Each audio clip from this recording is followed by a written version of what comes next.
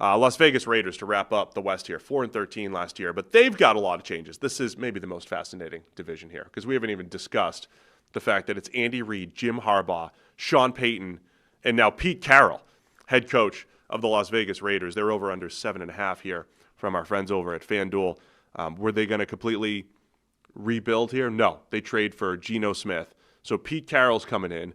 Tom Brady's patrolling the sidelines at practice. John Spytek's the new general manager. They pulled Chip Kelly in his national championship win from Ohio State, pull him in to call the plays as offensive coordinator. I don't know how good the Raiders are going to be right off the bat, but I think they're going to be competitive and fascinating moving parts here in Vegas. There might not be a team that's made a bigger upgrade in the offseason than the Raiders in terms of bringing in Geno Smith and Pete Carroll, right, as a combination. Maybe Tennessee with Cam Ward if he's as good as he could be. But it's that type of thing. It's as big a move as anybody has made. And they've gone from, a bad quarterback situation to a good one. Now, is Geno Smith perfect? No. Is he an elite quarterback? No. Does he have, fairly catastrophic red zone problems on the regular? Yes. But he's still a very good quarterback overall.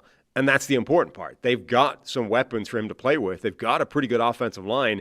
They drafted Ashton Jeanty, who could be insane at running back. Like, this should be a good team. Now, maybe you then look at defense and say, okay, there's still some fairly significant problems here, but they're going to be competitive in a way that they weren't necessarily in every game before. This is why the quarterbacks need to be put into tiers, right, and not linear lists. I think we just need to exist in a world where there's nuance. Like, you can say the guy's good without being like, oh.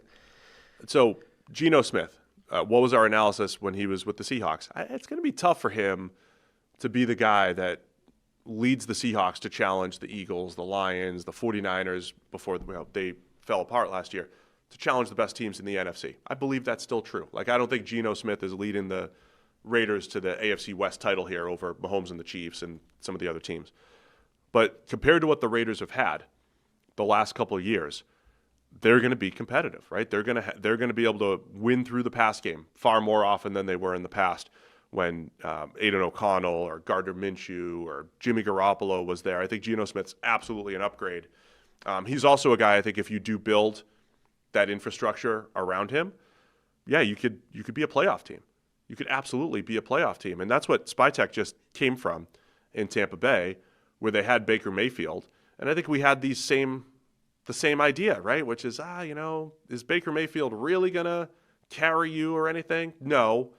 But now that you've got this really good roster around him and Baker's good, he's on the better side of, the rankings in the league now at quarterback, it's like, all right, you're going to have a really good competitive team. And I think that's what the Raiders are going for here. They're another team that might need another draft class.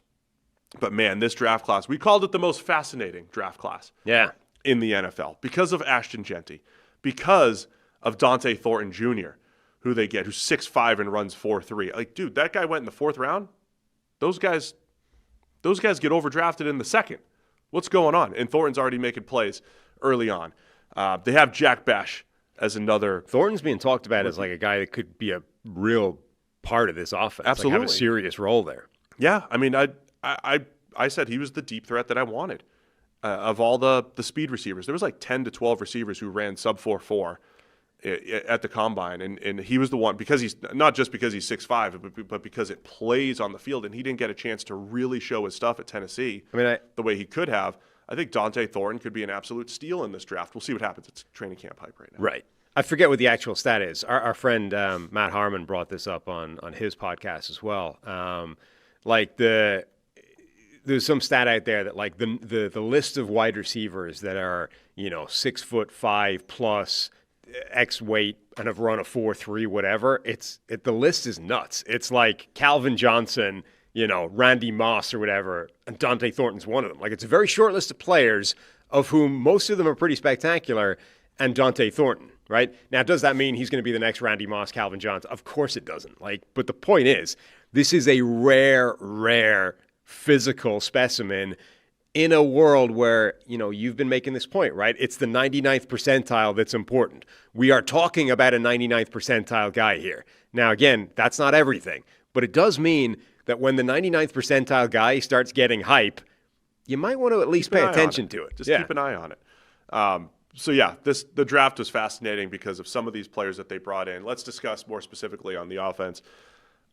They lock up Colton Miller at left tackle. I think he's been a good, dependable player after a slow start to his career. You know, if you remember him when he came out, he wasn't great, but he's become a really good pass protector overall. Gave up some sacks last year, but I don't think that was telling of his entire play. Still maybe some questions at right tackle. Dylan Parham's pretty solid at left guard. Jackson Powers-Johnson probably going to kick back out to guard here. But they look okay up front. And then from a playmaker perspective, we talked about Thornton. You have Jack Besh, who's just got some physicality to him as a receiver. You have Brock Bowers, who's coming off the best pass-catching rookie tight end season of all time. You have Jacoby Myers, who's just a really good number 2. I'm not going to fast forward too much, but add one more number 1 type receiver to this group, they could be really good. But it's an intriguing group of pass catchers here for Geno Smith. And then you have Ashton Jeanty, and how much they're going to actually rely on the 6th overall pick and use him. And you've got, Trey Tucker has been a significant part of the offense in training camp. You still have Michael Mayer there as a guy a lot of people loved as tight end 1 in his draft class before Brock Bowers came along and, really showed everyone what special tight end looks like. But those two could coexist. Like, they're very different players. Yeah. Michael Mayer is much more of a sort of all-around blocking, heavier tight end, and Brock Bowers is more of a glorified slot wide receiver. It's absolutely possible that those two can coexist in the same offense in 2 tight end formations and thrive. So there's a lot of intriguing players now for this to work around Geno Smith. I would also say it's a little bit unknown. There's still some question marks, but I would say that offensive line is probably going to be better than what he was dealing with in Seattle. And I don't think I think he hid a lot of the biggest problems on that offensive line. And we saw that when he went down and they had to put in Sam Howell, and Howell couldn't function at all behind that offensive line. And it's like, Geno Smith, I think, was making up for a lot of problems in the interior of that line. Now, this might not be perfect either, and I think they're still in flux what exactly the starting 5 is going to be. But if Geno Smith is able to continue to paper over some cracks in the offensive line, if the line is good enough that Jeanty can do his thing in the backfield, and then that collection of wide receivers sort of sorts itself out in terms of what it's going to be, I mean, this could be a very good offense. Hey guys, real quick, only 40% of our viewers are actually subscribed, so let's change that. Hit that subscribe button, and now let's get back to the action. I think I've got more questions about the run game, the offensive line run blocking, more than pass blocking. And then that comes to this whole, hey, the run game is being rejuvenated. We saw Saquon Barkley. We saw Derrick Henry. We're going to take Ashton Jeanty at number 6 overall. He can do the same. It's going to be a challenge, I do think, from a run game perspective. I love Jeanty. So tough to tackle, has speed, can run any scheme. He's not gap or zone specific. He could do it all. So I can't wait to see what Jeanty does right away. But again, I would rather see, a little bit better offensive line from a run game perspective. And then the Chip Kelly factor, where if we remember, he took the NFL by storm for about a year and a half. His offense was not completely unstoppable, but Nick Foles was incredible. He got the most out of Mark Sanchez for a period of time. He did some really good stuff early on. The league kind of caught up to it.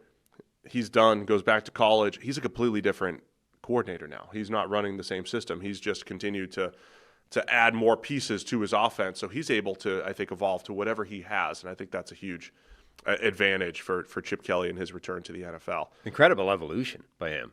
For a guy who was almost characterized by this is the system, in a time where that was not uncommon, right? Guys were wedded to their system and this is what we run.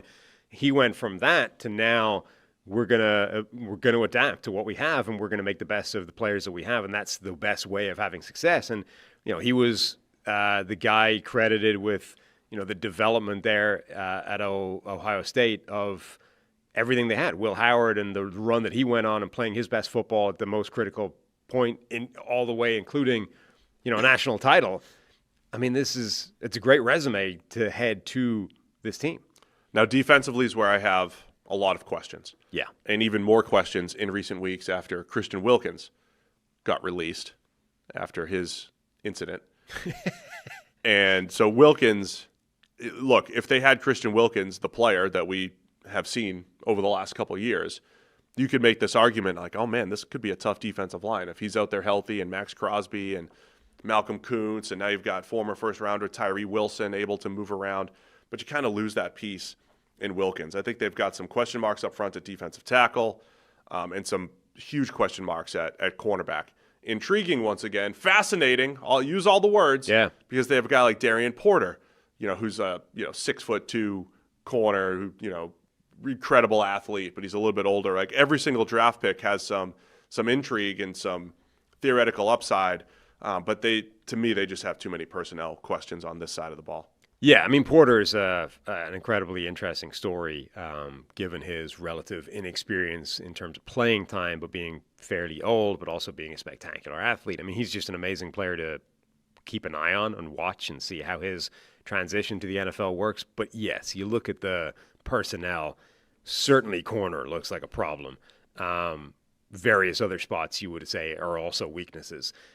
This is why I think the Raiders on paper still look like the clear fourth best team in the division, but I think they're stronger on the offensive side of the ball, which if you're going to be flawed is the way I would want it to be.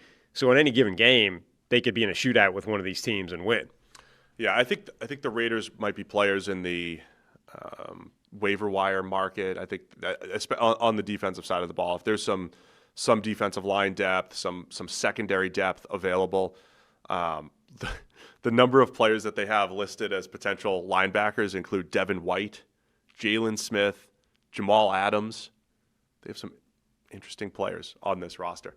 Max Crosby's still a superstar. Malcolm Kuntz missed a lot of time last year, but he was coming off a really nice 2023. So I think they can create some pressure off the edge. Tyree Wilson, former number 7 overall pick, looks like he's a little bit better when he kicks inside from a pass rush perspective. I think they could create a little bit of havoc there. Adam Butler's been a good rotational defensive tackle, just not enough star power on this side of the ball for me. Yeah, I did not know that Jalen Smith was still in the NFL until right now. I know I'm just like reading the depth chart, and it's not going to affect the season one way or the other. It's just what a group. I mean, remember Jalen Smith, this is the Notre Dame linebacker who got injured, hurt his leg, had the drop foot thing, then looked like he was going to be a star for the Dallas Cowboys, and then, went from on his way, like he got paid by the Cowboys, right? Had like a decent amount of money and then bombed out. But from that point on, he's like bounced around the league as a backup / fringe roster player. And I thought was out of the league at this point, but apparently not. I'll just say it. On the Tyree Wilson thing, we've beat a dead horse when it comes to that. I believe I got word that Tyree Wilson was ranked above Will Anderson on the Raiders board that year when they took him at number 7 overall. Will Anderson was already off the board at 3. But that's what it sounds like. If you had known that information at the time, what word would you have used to describe that? I would have been crazy. There you go. Crazy. I still think it's crazy at this time. Sure. But anyway, like I said, I'm trying to be positive here. Tyree Wilson, interior pass rush, can do some stuff. How's that? Yeah, I mean, look, he's ticked in the right direction. I mean, he's still got a long way to go, I think, to be an impact player for them, and certainly a long, long way to go to have any hope of justifying the idea of ranking him above Will Anderson on a draft board. But he's not necessarily done as a player. So, yeah, I've got serious questions about the secondary and do they have an defensive tackle. I'd say the biggest thing. Linebackers intriguing. Jermaine Pratt coming over from the Bengals, Landon Roberts there, all the other names that we mentioned. But, yeah, I'll keep an eye on the waiver wire here for the Raiders. Over-under is 7.5. Last point, though. The vibes there look spectacular. I mean, with Pete Carroll out there just having fun, Zorbs at training camp and stuff like this, I don't think the vibes have been this high in Las Vegas, or certainly with the Raiders, let's say, various cities, for years. Tom Brady looming over everybody's shoulder, just making sure nobody's goofing around while they're goofing around.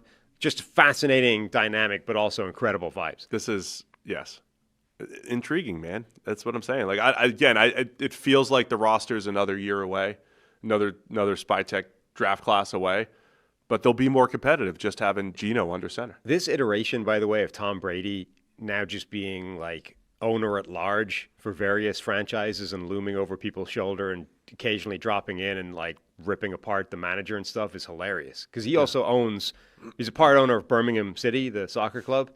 And they have one of these, Amazon documentaries or whatever out, like everybody does now. And there's this part in it where he like meets the manager, Wayne Rooney, who's no longer the manager, and comes out of this meeting, and he's in the car, and he's like, I don't know if our manager has the best work ethic. It's just the vibe I'm getting. He's like, I don't know, I might not have good instincts about these things. And then like 8 games later, they fired Wayne Rooney from his 5th job in several years, and Brady just like now being this like owner, random drop-in owner for the cameras, I think is great. People, we need to get more information on what Brady thinks that is happening with the Raiders. Nobody cares about what Mark Davis thinks. What does Brady think is happening? And he's also just the Fox announcer. Yeah, while he's doing that. Right. Over under 7.5 here for the Raiders. I want to say they're better than that, but it seems hard to be with everyone else being good. Let's say they're under, but they're a better team than their win total. I'll say under for them as well. I don't feel great about this either. We'll say they're 7-10. Okay. The Raiders. They're right there. But, man, they're moving in the right direction. And like I said, more competitive this year. Thanks for watching all the way to the end of our video. Check the Mic is live every Monday, Wednesday, and Thursday, so be sure to hit this subscribe button so you don't miss a thing. The all-knowing algorithm is convinced that you'll like these videos as well, and frankly, who are we to argue?